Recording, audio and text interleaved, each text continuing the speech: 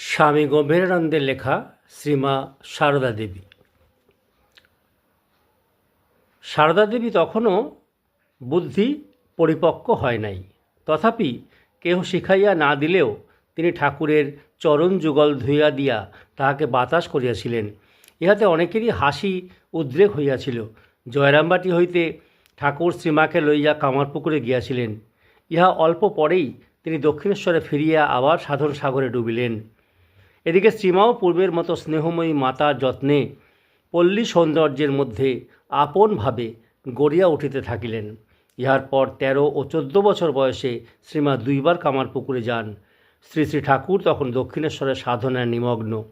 শ্বশুরালয়ে শ্রীমায়ের ভাসুর, জা ও আত্মীয়বর্গ ছিলেন। শাশুড়ি তখন দক্ষিণেশ্বরের গঙ্গার তীরে বাস করিতেছেন। নমস্কার।